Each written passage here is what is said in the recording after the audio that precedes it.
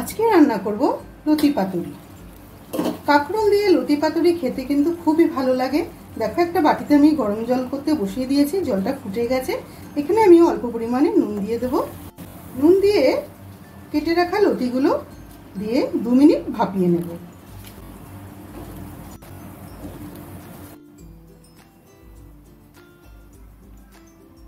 লতিটা ভাপানোর সময় আমি আর ঢেকে দেব না, তাহলে খুব তাড়াতাড়ি নরম হয়ে যায়, লতিগুলো একদম কচু শাকের মতো গলে যায়। এই জন্য ঢাকা ছাড়াই 2 মিনিট সিদ্ধ করে নেব।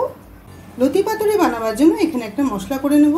এখানে কিছু কাঁচা পাকা লঙ্কা নিয়েছি, এখানে 2 চামচ মতো নারকেল কোড়া নিয়েছি, 1 চামচ কালো সর্ষে, 1 চামচ সাদা সর্ষে। সবকটা উপকরণের একটা মিহি পেস্ট বানিয়ে নেব। লতিটা 2 মিনিট আমি ভাপিয়ে নিলাম, এবার জল থেকে তুলে নেব। মশলাটা পেস্ট করা হয়ে গেছে। এখানে 3টে আখড়ি নিয়েছি, এখানে 150 গ্রাম আখড়ি আছে। লতিটা আমি 500 গ্রাম রান্না করছি। আখড়িগুলোকে আমি লম্বা লম্বা করে কেটে নেব। একটা কড়াই বসিয়ে কড়াইয়ে পরিমাণ মতো সর্ষের তেল দিয়ে দেব। লতি পাতুরির রান্নাটা আমি খুবই ইজি পদ্ধতিতে দেখাচ্ছি তোমাদের। তেলটা গরম হয়ে গেলে আমি এখানে কিছুটা কালো জিরে ফোড়ন দিয়ে দেব। এবার আখড়িগুলো দিয়ে দেব।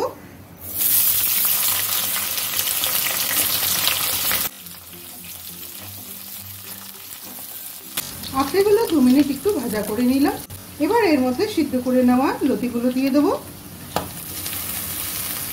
এই সময় গ্যাসের ফ্লেমটাকে একদম লো করে দিতে হবে। এবার দিয়ে দেবো স্বাদ মতো নুন, হলুদ গুঁড়ো, আর দিয়ে দেবো বেটে নেওয়া মশলাটা।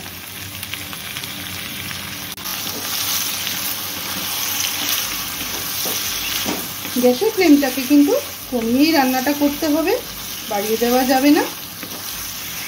খুব সুন্দর করে নাড়িয়ে দেব যেন সমানভাবে সব মশলাগুলো মেখে যায়।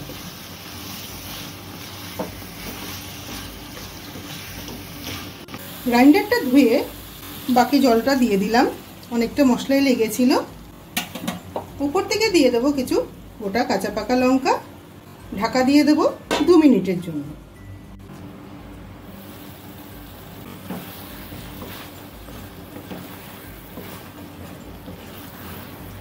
এই রান্নাটা করতে খুব বেশি সময় লাগে না, যেহেতু লতি ও আখড়িকে কেউ কাঁকরোলও বলে থাকে, দুটোই নরম সবজি, খুব তাড়াতাড়ি রান্নাটা হয়ে যায়।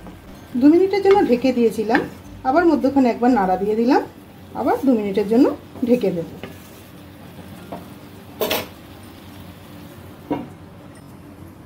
ফিরে এলাম আরও 2 মিনিট পর।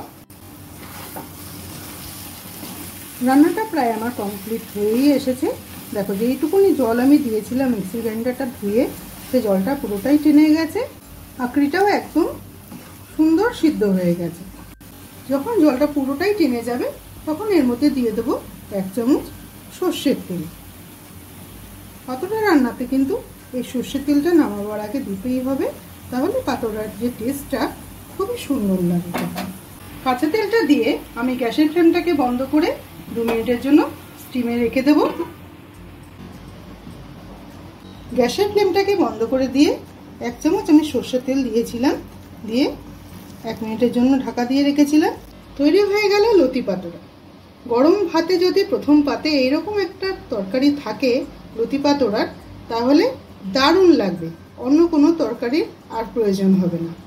বাড়িতে তোমরা অবশ্যই একবার তৈরি করে দেখো, ভালো লাগলে একটা কমেন্ট ও একটা লাইক করে দিও। এবার আমি সার্ভ করব। লতি কিন্তু সব সিজনেই পাওয়া যায়, কিন্তু কাঁকরোল বা আখড়ি যেটাই বলো, এটা কিন্তু একমাত্র গরমের সিজনেই পাওয়া যায়। তাই এই গরমের সিজনে থাকতে থাকতে চট করে বানিয়ে ফেলো আখড়ি ও লতির পাতুড়া। খুবই টেস্টি একটা রেসিপি। কয়েকদিন আগে আমি বানিয়েছি লতি চিংড়ি, ওইটাও একটা দারুণ রেসিপি, তোমরা ওইটাও ট্রাই করতে পারো। লতি চিংড়ির ভিডিওটা বক্সে দেওয়া থাকবে, তোমরা অবশ্যই গিয়ে দেখে এসো, তোমাদের খুব ভালো লাগবে। তুমি যদি আমার চ্যানেলে নতুন বন্ধু হয়ে থাকো তাহলে একটা সাবস্ক্রাইব করে পাশে থেকো। পুরো ভিডিওটা দেখার জন্য অসংখ্য ধন্যবাদ। সবাই ভালো থেকো। দেখা হচ্ছে অন্য কোনো নতুন রেসিপি নিয়ে।